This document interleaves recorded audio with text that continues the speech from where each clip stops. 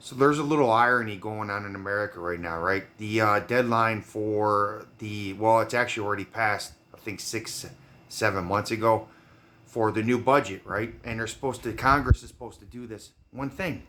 They only got to do this one thing sometimes. And they can't do it. They don't want to cut their own pay. They act like they deserve pay raises every time. They get, was it, I did a video about how much money they get on furniture annually. It's just, I think it was like 45,000 just for furniture. It's ridiculous. But they want to cut us veterans pay budget, right?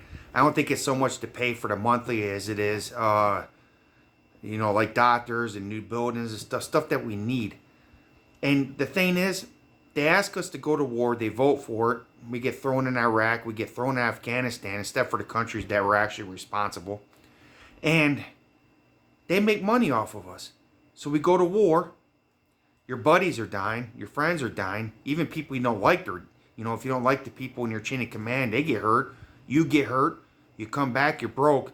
And Congress made money off of you in the military machine. So like catering services when they come in, like Brown and Root, the construction companies, these civilian contractors that have money where you can invest in on the stock market, Congress does.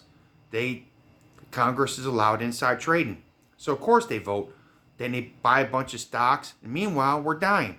So they literally make money off of us, send us to war, come back, say, well, you don't deserve any pay. And I'll be doing a good video on this, a documentary soon. I'm working on it. So hopefully maybe today or tomorrow I'll get it finished. And essentially, they want to cut our budget because they think it's just too high. But it wasn't too high when you vote to send us. Was it? Was it too high when you started all these wars that you made money off of? You weren't willing to take a pay cut. Are you willing to give that money back?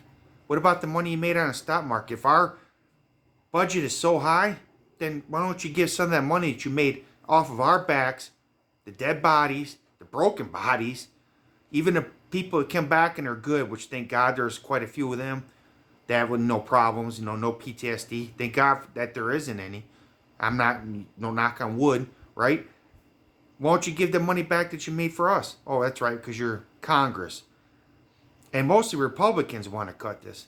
And what makes me sad is sick is everybody remembers when Ted Cruz, which I'll be showing this in that documentary, was high-fiving the bill that they were trying to pass, which the last Daily Show host was trying to, a really good advocate about, right?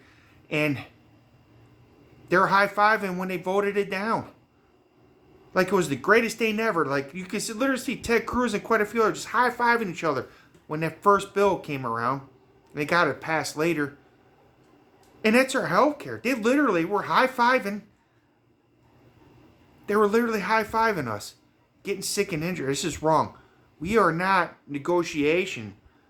We are not pawns. We really need you, Congress, to step up, man. We really need you to grow up a little.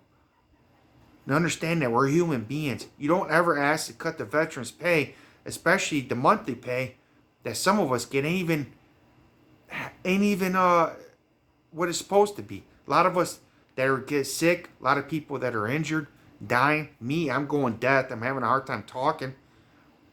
A lot of people don't even get the pay they're supposed to get. There's horror stories on that. So to hold veterans' pay as some kind of hostage, and you're 6-7 months behind voting for negotiation to begin with, I'm sorry, Congress, you don't deserve pay.